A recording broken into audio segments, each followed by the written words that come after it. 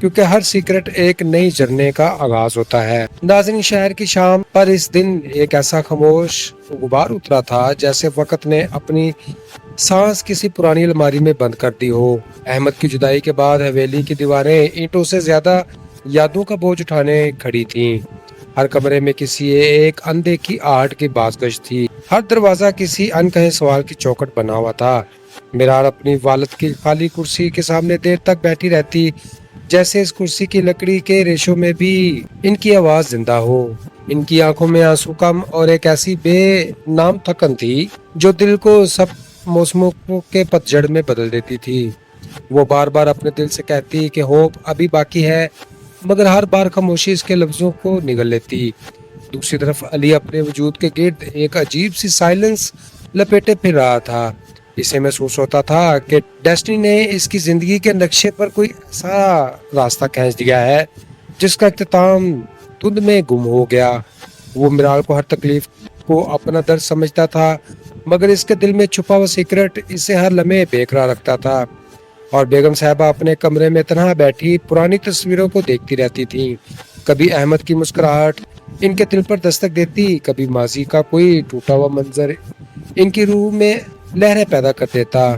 انہیں محسوس ہوتا کہ انسان بعض اوقات زندہ رہتے ہوئے بھی اپنی ہی یادوں کا مسافر بن جاتا ہے۔ دوستو، یعقوب خاموش قدموں سے حویلی کے صحن میں چلتا، جیسے وہ ہر اینٹ کی زبان سمجھتا ہو۔ اسے معلوم تھا کہ کچھ راز اگر لفظ بن جائیں تو کئی زندگیاں مٹی کے برتنوں کی طرح ٹوٹ جائیں گی۔ اس لیے اس نے اپنے دل پر خاموشی کی مہر ثبت کر رکھی تھی۔ دوستو، عطیہ نے میرال کے قریب بیٹھ کر اس کا ہاتھ تھاما تو یوں لگا جیسے اندھی رات میں کسی نے چراغ کی لو دونوں ہتھیلیوں سے بچا لیا ہو، مگر اس چراغ کے گرد گردش کرتی ہوئی شیڈو ابھی بھی کسی انجانے حادثے کی خبر دے رہی تھی۔ ناظرین، اسی رات بیگم صاحبہ نے یعقوب کو آہستہ آواز میں بلایا۔ ان کی نگاہوں میں برسوں کا پچھتاوا، شکستہ وقار اور ایک ایسی دعا تھی جیسے ابھی قبول ہونا باقی تھا۔ انہوں نے یعقوب سے کہا کہ وہ انہیں عطیہ کے گھر لے چلے، مگر اس طرح کسی کو خبر نہ ہو، خاص طور پر علی کو نہیں۔ یعقوب نے سر جھکا کر اثبات میں جواب دیا، لیکن اس کے دل میں کئی طوفان بیک وقت جاگ اٹھے۔ دوسری جانب میرال اپنی والدہ کے سرانے بیٹھی تھی۔ وہ ان کے ماتھے پر ہاتھ پھیرتے ہوئے دل ہی دل میں ایک خاموش پرومس کر رہی تھی کہ چاہے زندگی کتنے ہی امتحان کیوں نہ لے، وہ کبھی اپنی ماں کو تنہا نہیں چھوڑے گی۔ اسے یقین تھا کہ ٹرسٹ صرف الفاظ سے نہیں بلکہ قربانیوں سے جنم لیتا ہے۔ علی اسی دوران اپنے دفتر کی کھڑکی سے شہر کی روشنیاں دیکھ رہا تھا۔ اسے محسوس ہوا جیسے چراغ کسی نامعلوم جرنے کا مسافر ہو۔ اس نے سوچا کہ شاید فیوچر انسان کی مٹھی میں نہیں بلکہ اس کے